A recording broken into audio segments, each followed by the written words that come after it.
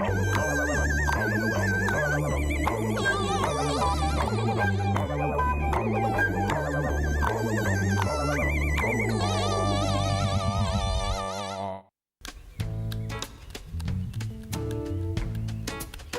Ouch! Ouch! My head!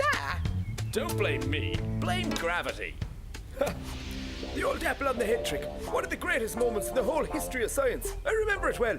The story goes that Isaac Newton was sitting around under an apple tree when he got this really big idea about gravity. And what exactly is gravity? Cosmic furballs, lads. Gravity is only the most famous force in nature. It's the one thing that holds us all to the earth. It's only an apple falling from a tree. Oh yeah? Well, what do you think would happen without it? Hey! Whoa! This is great! Yeah, well, it's alright for a bit of fooling around, but let's face it, we can't float around all day. So, did Newton invent gravity? No, but he named it. Other people studied it before him, like this Italian fella called Galileo Galilei. Funny name. Well, he might have had a funny name, but he was some head. He explained that gravity acts the same way on all objects. Hang on a minute. That's rubbish. I like your style, Maggie, but in fact the reason they don't fall at the same time is because of air resistance, and to prove it we need to do exactly the same experiment somewhere where there's no atmosphere at all. And I'm not talking about Sligo. Grab that rug, William. We're going to need it. I can't. What did I tell you?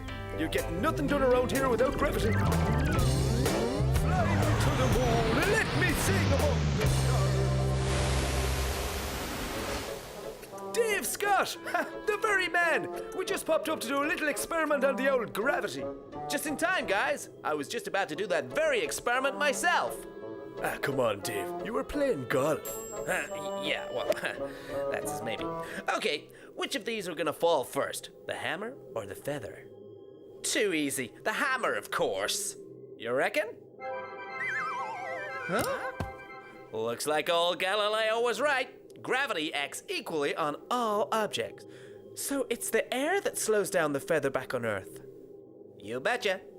So, then our friend Isaac Newton's big discovery was that the force that makes the apple fall to the ground on Earth is the same force that keeps the planets in position. Not bad, I suppose. Not bad!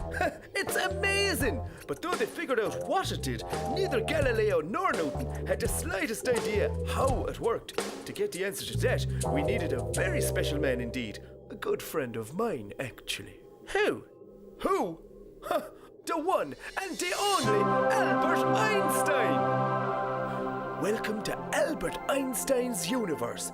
This is the beginning of his very famous theory of general relativity. His what of what? Okay, let's keep it simple. This rug represents what scientists call the fabric of space and time, or space-time. I bet Mum didn't know that when she bought it. Now, with nothing in it, it's flat. But now we're going to add the heaviest thing in our solar system. The sun! Now, William, what's going to happen when you pop that super heavy sun into the middle of this rug? It's going to make a huge dent. Fantastic! Now, Maggie, roll the Earth over here. Because the Earth is so much lighter than the sun, it'll roll around the dent made by the sun. Does that make a dent as well? Of course it does. Up the moon over there and we'll see what happens. So you see, each planet's movements depend on the dents or curves the other planets make in the fabric of space-time. Well, what do you think about that, lads? Wow, amazing. I see. What's going on out there? Well, you see the dent that the sun made? Well, imagine if there was something very tiny, but 1,000,000 times heavier than the sun. What do you think might happen to our fabric of space-time then, huh? It'd fall right through. Exactly. And then you'd have what's called a black hole. And once you got one of them, absolutely everything gets sucked in. Nothing can escape. Nothing. Nothing. Not even light. Scary, huh? Yeah. Yeah, gravity sucks. What's on the other side of a black hole? Oh, good question. Nobody really knows, but for all we know, there may be a very handsome and intelligent cat talking to two curious kids just like yous two.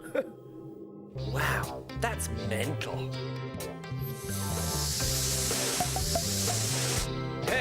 my apples go? Extreme gravity sucked them into a black hole, Dad. All right, sure.